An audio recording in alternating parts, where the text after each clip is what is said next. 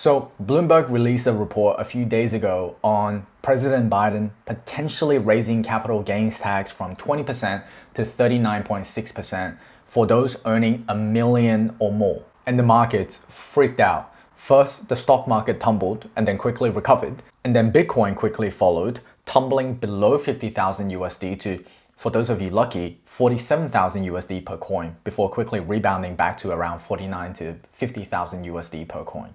The two questions on my mind is this a knee-jerk reaction from the proposed tax hike? And how long will this Bitcoin sell-off continue? Before I start, I would love to know what you think about this situation, and as usual, this is not financial advice. Oh, I forgot to mention, towards the end of this video, I'll also do a portfolio update. For the first question, I want to point out that it's really hard to pinpoint that exact thing, which is proposed tax hikes, to cause the Bitcoin sell-off. And we don't really know the trustworthiness of the source from the Bloomberg report. On top of that, the objective of the proposal is to increase tax for those earning $1 million or more. So to say that people are selling or bearish because of a proposed tax hike just seems like a knee-jerk reaction to me. What might be probable is highly levered traders liquidating in order to cover for their positions. For retail investors like me, these kind of sell-off doesn't bother me, and it hasn't changed my long-term outlook on Bitcoin. The whole point of having Bitcoin in my portfolio is to have an asset class that's uncorrelated to the stock market and truly scarce enough to deal with future inflation risk. Okay, so the next question is, how long would this sell-off continue? And as part of that question, how far can it potentially decline? It's honestly really hard to know how far can it potentially decline. But institutional investor Guggenheim's Scott Minerd mentioned that there is a probability of a 50% pullback to $20,000 to $30,000 per coin. I personally think that the probability of that happening is on the lower end, because for Bitcoin to reach $20,000 to $30,000 per coin, you'll require some of the institutional investors to sell out. And for institutional investors to sell out, you need a really good reason for them to pull that large sum of money out. Either you found another asset class that could provide the inflation hedge properties and liquidity that Bitcoin can provide, or you've changed your belief about future inflation risk. I highly doubt that institutional investors have changed their inflation sentiment. Yes, the amount of money printing might be slowing in the future, but we don't really know what that kind of monetary expansion will do to inflation. It's also really unlikely to find another asset class better than Bitcoin for institutions like Tesla or MicroStrategy.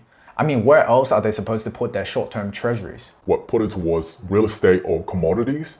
With real estate, it doesn't tick the liquidity box. It takes ages to sell the property. With commodities, doesn't really make sense for a company like MicroStrategy to put their short-term treasuries in commodities. Might make sense for Tesla, but they're probably already doing that as part of their capex. And plus, a 50% decline in the future just seems like the price I have to pay to own Bitcoin.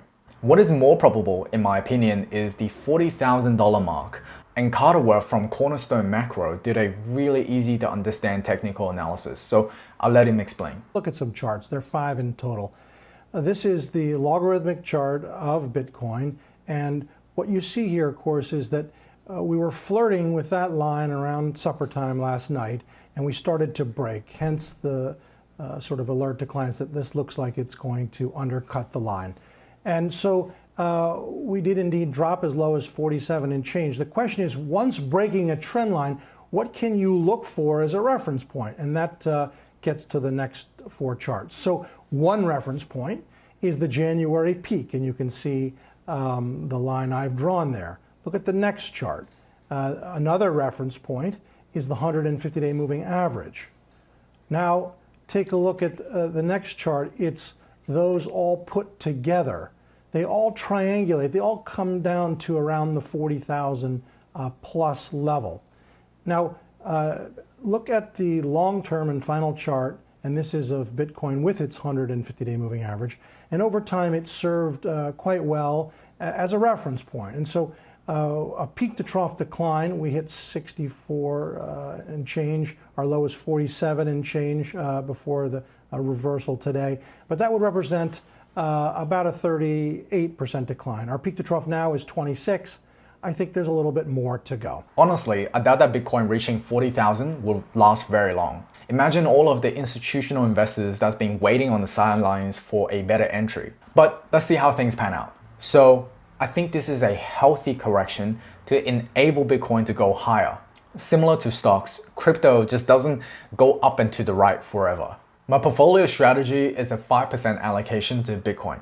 If it drops below that, then I'll be looking to add more into my position. If it doesn't, I'll keep you posted on my analysis on both Bitcoin and crypto. If you're interested in more videos on crypto and stocks, I recently did another video on Coinbase where I think that insider selling is completely misrepresented. That could be a great next video to watch. Just a portfolio update. As of recording this video, my CMC market portfolio side of things is worth 94,000 Australian dollars. And CMC market is just a place where I do all of my Australian investing. I have a US portfolio and also a Bitcoin portfolio I'll share with you in just a second.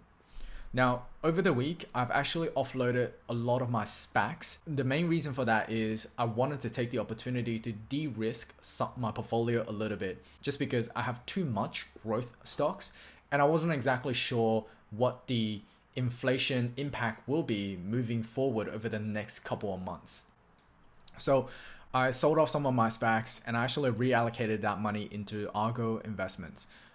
The main reason for that is just some of our biggest Australian companies are generally mining, industrial, and also financial services, which are banks. And all of those could be beneficiaries of a higher inflation environment. So this is just for me to feel more comfortable with my portfolio. So that's the Australian side. For my stake portfolio, it's currently worth about 39,000 US dollars, which is give or take approximately 50,000 Australian dollars. So over the week, I sold off both my HIMS and Porsche Group position, mainly because I wanted to de-risk my portfolio a lot more as we head into this period where there are a lot more questions than answers. What I mean by that is I have no idea what all of this money printing will do to the markets. And I just wanted to make sure that I'm prepared heading into it. I still have those two companies on my watch list and I'll reconsider them down the track. But if I had to point out more specific reasons, for HIMS, it's very much a slowdown in growth. And then for Porsche Group, it just hit my max pain tolerance. And I just wanted to be a lot more prepared for the period up ahead. Now for my Bitcoin position, it's worth about 6,000 Australian dollars at the moment. I did deposit another 1,000 into CoinSpot, just so that if Bitcoin does drop to a threshold where I feel comfortable, I'll be deploying that capital.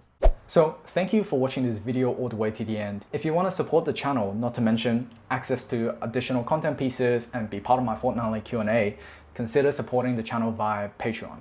Nevertheless, if you have learned something new, remember to gently smack the like button right there, subscribe to my channel so that when I release future videos, you be the first one to know.